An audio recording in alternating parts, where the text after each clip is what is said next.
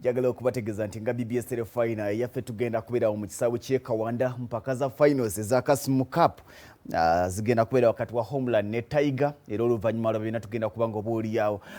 wagenda kubawo omukolo gw'okutunda emijoozi gigenda okuddukirwamu olw'enkeera ku Sunday kubanga omupiira gwa nkya ku Sunday tugenda kubeera mu Kabaka birthday run n'olwekyo njagala okutegeeza abantu b'e Kawempe, Bwayise, Kagoma, Kawanda, Matuga na Bweru n'ebitundu ebiriraanye Nansana municipality yonna mujje tubeerewo ttiimu ya BBS final eyaffe tugenda kubeerawo ku kisaawe ky'e Kawanda nga tuli ku mpaka za Kasimu Cup finals wakati wa Homeland nga batunka ne Tiger ate n'oluvannyuma omupiira gujja kuba guyinda ate eno nga n'emijoozi gigabwa nga guyinda nga gigabwa nga gitundwa osobola n'okugamba nti nze njagala kujjangula omujoozi gwange gigenda kubeerawo okutandika n'essaawa 7 ez'emisana n'olwekyo kugamba nti wandibadde oba oliawo ojja otwegatteko ate mu nteekateeka eyo ku Sunday tujja kubeera n'emisinde egy'amazaalibwa g'omutanda egya Kabaka birthday run tukyali ku nsonga eza omukulu oba ez'ekibiina kya Allied Democratic Forces ne Islamic State mu kaseera kano njagala okusooka okuba nga obuulirawo twongera okutunuulira nsonga ku nsonga ate okutuusa lwe tunannyonnyoka lwaki waliwo okukubagana wakati w'abagamba nti Islamic State n'abagamba nti Allied Democratic Forces ADF abatukuba basinziira Congo kyandiba.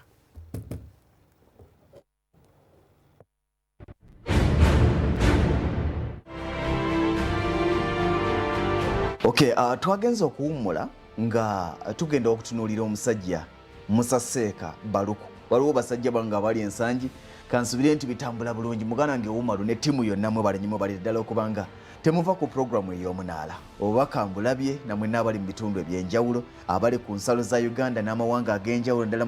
ku ggwanga lya Tanzania abali ku nsalo ya Uganda n'eggwanga lya DR Congo bye twogirako musobola okubanga mbitegeera abali e Kasese Bundi Bujjo n'ebitundu ebirala abali mu ggwanga erya South Sudan n'abali mu mawanga ag'ebunaayira abali ku programu ey'omunaala nammwe mbadde sinza kubanga obaoliawo ate mbalekayo naye njagala tutunulire Musaseeka Baluku ono naggambye nti Munnayuganda era omukulu Jamiru mukulu bw'amala okukwatibwa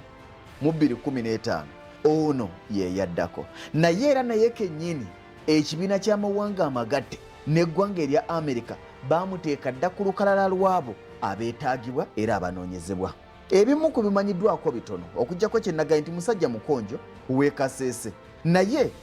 emyaka gye olw'okuba nti ennaku z'omwezi n'omwezi tebyogerwangako kubanga ffe tumanyi kimu nti Musa Baluku yazaalibwa 1977 era y'ensonga lwaki ku lwaliro bw'obalaabalamu oyinza okugamba nti wa myaka 43 oba emyaka 44 kubanga tomanyi oyinza omubalira wa 44 nga yazaalibwa mu Desemba oyinza omubalira nti wa 43 nga yazaalibwa mu Gwamunana nga 44 yagiweza naye kati tusobola nti ali wakati wa 43 na 44 ye Musa Baluku ono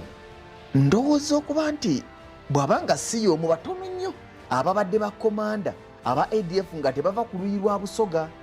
mu kabira eyo mu sayidi ya Busoga ono yejjukira nti mukonjo oweri mu Kasese side Rwenzori region naye ono naye omanyi sijja kuboogera kaabo kambaleke naye yaliko imaamu ku muzikiti ogumu wano mu Kampala kati yayogerwako nti ye yavuga ekintu kino n'akijja ate mu ADF eya mukama w'omukwate era ali mu kuvunaanibwa n'akiyingiza Islamic State ono ali omu ku basajja abaasookera ddala okuyingira eggye ery'ekiyeekera erya Allied Democratic Forces nga ADF esaze ekkubo n'eyingira eggwanga erya DR Congo Jamiru mukulu akwata Musa Baluku amuteeka mu bifo eby'enjawulo ate ebyokumwanja ekimu ku byo yamufuula Chief Islamic Judge mujja kwebuuza nti ng'omulimu gwe mulimo ki nga yateekesa mu nkola amateeka yalina kooti eyo naggambye nti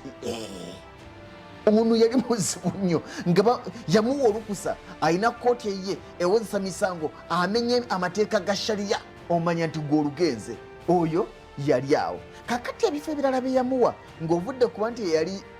Chief Islamic Judge agoberera buli nga yaga nti oyo atibwe oyo akolebwe bw'ati oyo atibwe oyo temumutta nga yasalawo teyakoma ku ekyo yamufuula political commissar nga yavunaanyizibwa ku kuluŋŋamya ensonga z'ebyobufuzi mu kibiina n'obukulembeze oyo tajja kusobola kubeera kino oyo ajja kukola bw'ati ensonga nga yazitaputa era baali kulutisa abapya be bayingizanga mu kibinja kyabwe gwalinga mulimo gwa Musa Baluku okubayigiriza amateeka ne ideologies ennono z'ekibiina kyabwe ekya ADF ng'ogwo mulimo gwa Musa Baluku. Kino kyamuwa enkizo okuba nti yawulirizibwa nnyo oluusi n'okusinga mukama we, kubanga mukama we yali waggulu nga basooka kuyita woono ne batuuka kw'oli. Buli yabeera ng'ow'amaanyi ng'ono, buli eyeetaaganga okusonyiyibwa ng'ono, buli yabanga ne kyeyeebuuza ku nsonga enkulu nga Musa Baluku. And it's the reason as to why bwe yatuuka okwabuluzamu ekibinja kya ADF abayingiza Islamic State bangi bagenda naye kubanga bamutwalanga nga taata, nga bagamba nti singa soono singa tetuli kye tuli. Era bw'akwatibwa ono yennyini yadda mu kifo nga komando ow'oku ntiko wa ADF n'atakomawo singa mujjukira bulungi ne yeerangirira ku kifo ekyowa Sheikh ne yeeronda nga Sheikh. Kati ng'ovudde ku munne gwe yaddira mu bigere Jamiru mukulu, Musa Baluku ye nga yalina envuga gy'avuzeemu ekintu akitadde ku social media, atandise okuyingiza abapya, kubanga ku mulembe gwa Musa Baluku bw'obala abantu abayingidde gye wandiise ADF oba Islamic State okusinziira ku gwe oyagala okiyita, muwendo oguyingirira ku misinde miyitirivu. Era kino kyenjagala obbagamba temulowooza nti bya lusaago. Omuwendo oguyingira ADF oba Islamic State ku mulembe gwa Musa Baluku omuwendo muyitirivu, era nga bagamba nti abamu ku bayingizibwa Kampala. Era ono yennyini jjukira yateekawo enteekateeka ey'okulaba nga ADF yebbulula ne yeegatta ku bibinja ebirala okwali Islamic State of Iraq and Levant kati gye baddamu n'abasajja aba Al-Shabaab. Ono omusajja nzijjukira lumu ng'amagye g'eggwanga erya DR Congo tegannaba kusalako enkambi ya Camp Medina gye yabeeranga. Eno enkambi y'abasajja aba ADF naye bwe bagasala yali ku nkomerero ya 2019 awo ng'atandika we basalirako. Enkambi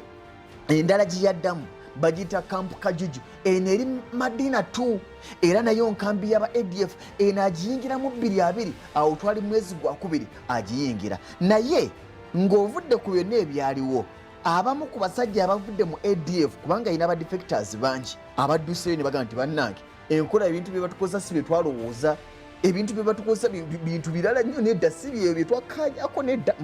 katusale eddiiro. Naye bamwogerako ng'omusajja atali mwangu, ali violent ate ng'ali short tempered. Bw'agamba nti njagala kino kyaba ayagala, ali so violent, tajjukira kintu kirala kyonna nti kakati ono Gwensta nange nyinayo abaana, nti kakati nzisa omukazi omukulu nange nyinayo taata oba maama. Ate ali short tempered. Naye omusajja ono y'omu azze akola orders ez'enjawulo ez'okwata abaana abali mu myaka emito kyewandiise okubawamba ne babayingiza mu kibinja kya ADF ku mulembe gwe nagambye nti bw'otunuulira omuwendo gw'abantu abayingiziddwa ADF muwendo munene nnyo okwawukanako n'ogwo ogwayingizibwanga ku mulembe ogwa Jamiru mukulu. Nti ono alina engeri gy'avuzeemu ekintu, ayagala okulaba kubanga ne bafunders kigambibwa okuba nti bangi era beeyongedde ate nga b'amaanyi ate nga balina interest mu kintu kyakola. Awe wali okusoomoozebwa. Takomye ku ekyo, omusajja y'omu ku mulembe gwe okuva lye yakwata ekintu mu 2015 nga mukama we akwatiddwa. Bw'obala abantu baalagidde okubasa ku firing squad nga ye kasita okola omusango gwonna agamba bugambi nti oyo mumuteeke wali mulujjudde nga banno balaba, oluusi nga bulumbi byalo ne bagamba nti kati awo twagalawo nti kyalo kyekyo nti kyalo bwe kiti nti bonna mukube. Abasimatuka basimatuka, abatesimatuka era babeera bangi abatasobola kusimatuka. Kati ye musajja gwe twogerako Musa Baluku eyasigala mu mitambo egy'ekibinja kya Allied Democratic Forces gye yavuga n'agijja eyo n'agiyingiza Islamic State era ku lwaliro gye bali. Ng'ovudde awo njagala tunulire ebikolwa bye eby'enjawulo, njagala tunulire engeri gy'azaakolamu emirimu gye na buli kimu, nti mukama we bw'avaawo alinga ataalinga mu mativu n'obukakkamu oluusi n'enkwata y'ebintu mukama we gye yabikwatanga mugaga wano bwe tuba nga tuli bakola kino tetulina kikola bwe tuti nti tutya tulina kuvuga nga tudde eno. Kati yenkola ye. Era abantu bangi abaali mu kinywi ne Jamiru mukulu bangi badduse abasobodde okudduka. Era si buli akyaliyo, bagamba nti si buli akyaliyo okusinziira ku bamu ku ba defectors abasaze eddiiro ne bagamba nti owange eyo ligituli kirabika wakyamu si buli akyaliyo nti yandyagadde okubeerayo, naye bangi gye bali kubanga tebalina we bayita kubanga bavaayo. Omusajja ono atadde banne ku bunkenke era akamu ku bukwakulizo bw'akozesezza okubanga asigala ng'atiibwa nga basajja banne bamutya kwe kuli okutiisatiisa, era abamu ku bo kasitaazuula nti waliwo agezaako okukuma omuliro mu bantu. Ekimu ku bikolebwa bakiyita beheading. What is to behead? Ekyo mukimanyi mwenna, mutwe ku ttaka. Naye ono bw'otunuulira ebikolwa by'akoze n'omuwendo gw'abantu abayingira, baatuuka ne bagaa nti emabega awo wano mu Kampala wokka buli lunaku baali bayingiza abaana oba abantu okubayingiza mu kibinja kya ADF abatakka wansi wa 10 buli lunaku, ekitegeeza nti mu nnaku 100 nga basobola okuyingiza abantu abali mu 100, mu nnaku 10 abantu abali mu 100. Mu myezi 3 nga kibamala okuyingiza abantu 1000 mu ADF, naye bayingirayo batya? Njagala otunuulire, nagambye nti ADF yatandikawo ng'akabinja akatandikawo ng'omulimo gwako gwa kubuulira kigambo n'ebirala, era nga balina ennono zaabwe. Kaakati ate bano beegatta bwegase. ADF okukolebwa nakuwaddeko ekibiina kimu ekya NALU, National Army for the Liberation of Uganda. Tebaali bokka. Jjukira emyaka egyo egya 90s waliwo Uganda Muslim Liberation Army, eyo ndowooza mugijjukira abaaliwo. Era mu kaseera ke kamu waliwo Tabligh Jamaat Movement. Tabligh Jamaat Movement bwe yegatta ku Uganda Muslim Liberation Army ne National Army for the Liberation of Uganda ne gujja bagira. Era bano be baavuga ekintu kyabwe. Recruits ezisookera ddala oba ezisinga baazitandikira Iganga, baazitandikira Masaka. Ojja kwebuuza nti obuyambi bwavangawa. Mu kaseera ako waliwo embiranye wakati wa Uganda ne Sudan, gavumenti ya Uganda n'eggwanga erya Sudan. Kaakati gavumenti ya Sudan eya Omar el Bashir bwewulira nti Uganda waliwo omusajja avuddeyo atandise okujojobya, Sudan yennyini ye yamukwiza atandikirwako okubanga bavugirira aba ADF. Sudan yennyini. Naye byonna mu byonna ojja kugamba nti ekintu kyabwe bazze bakivuga ate nga bali serious. Bye bakoze gye bayise kizibu nnyo okugamba nti awo ADF tennayitawo. Naye njagala tunulire ku biro nga tutandisawo mu 2007 nga Jamiru mukulu akyaliwo. Amagye ga Uganda aga UPDF, Uganda People's Defence Force, njagala ojjukire mu Maachi wa 2007 baatandika okukola ennumba ez'enjawulo ku basajja bano, era nzijjukira mu kaseera ako kennyini we baakubira abasajja baali 46 ba ADF ebundi bujo ne Mubende. Ab'emubende mujjukira sinali eya 2007 n'ab'ebundi bujo mujijjukira. Naye bate yasinga era paka kati ekyayogerwako yaliwo ng'ennaku z'omwezi 27 omwezi gwali gwa 3 omwaka ogwo 2007 abasajja baasalako. Waliwo abasajja ba ADF baali mu 6 gwe abasajja ba ADF baali mu 6 emmundu netandika okutokota. Mu lunaku lumu battiramu baali 34 kwabo kwaliko basiniya oba abaduumizi ba ADF baali 3, era okujaganya kwaliko amanyi nti tubameze, amaanyi gayinza okubanga gabakakkanye olw'okuba nti baali Uganda yali erwanyisa ebibinja tugambe bibiri ng'ekuba ADF ne Allied ne Lord's Resistance Army eya Joseph Kony. Bano baatandika okukwatagana nga Uganda nga gavumenti amagye gayo gagende wa Joseph Kony nga ba ADF begatta ku Joseph Kony LRA nga bakuba. Era waliwo enkolagana ey'amaanyi n'okuba nti baatuuka ng'okuwanyisanga ebyokulwanyisa nti mumpeereze y'amasasi gampeddeko eyo muyinayo nti eno tuyina naye gasigadde batono ate obusajja twategeddeko nti bujja. Bano abasajja babeera ne bambega munda. Kati mu 2007 omwezi gwali gwaku n'ennaku z'omwezi zose zijjukira, nzijjukira ADF ne UPDF okubagana okwali okumpi ne Semuliki Lodge Tourist Destination. Okubagana okwo mu National Park ya Semuliki kwaleka ekitundu ekyo nga kisanyaladde, era baatuuka ku nzikiriziganya baga nti bane tusizinge fire wakati wa ADF. Era bino byali Nairobi mu 2008 naye tewali kyakolebwa mu kaseera ako, wadde nga bano abasajja baalinga buli lwe baagala okudda nga naye tetudda. Waliwo abaatuuka ne baga nti nedda, ekimala. Era omwaka ogwo waliwo abalwanyi aba ADF baali 48 abaawanika eri gavumenti ya Uganda, era bano ne baweebwa n'ekisonyiwo Amnesty. abo baali 48 kati eyo byonna tuvaayo njagala tuvuge wakati w'omwaka 2011 n'omwaka 2013 ojjukira nti waaliwo ekiwamba bantu kyamaanyi nnyo mu kitundu ekya Beni era mu North Kivu province waliwo ekiwamba bantu kyamaanyi kyakulemberwangamu ba ADF mu mwezi ogwokuna omwaka 2013 kigambibwa nti bano abasajja gumu ku mwaka emyaka gye bakyasinze okurikuluutinga abalwanyi nga babajja wano mu Central Uganda naddala mu Kampala era nzijukira waliwo defecto omu yali ayogera omukutu guno gwali gwa allafrica.com n'agamba nakikunyonyoddeko emabega nti bwe tubala abalamu ebbanga lye tubaddeyo eri tubadde tuyingiza abantu omuli abaana n'abavubuka kyenkana buli lunaku nga tubajja mu bitundu by'otasuubira omuli ne Kampala era nzijukira ennaku z'omwezi zaali nga 11 omwezi gwali gwa 7 omwaka 2013 abasajja bano baalumba akabuga akakamango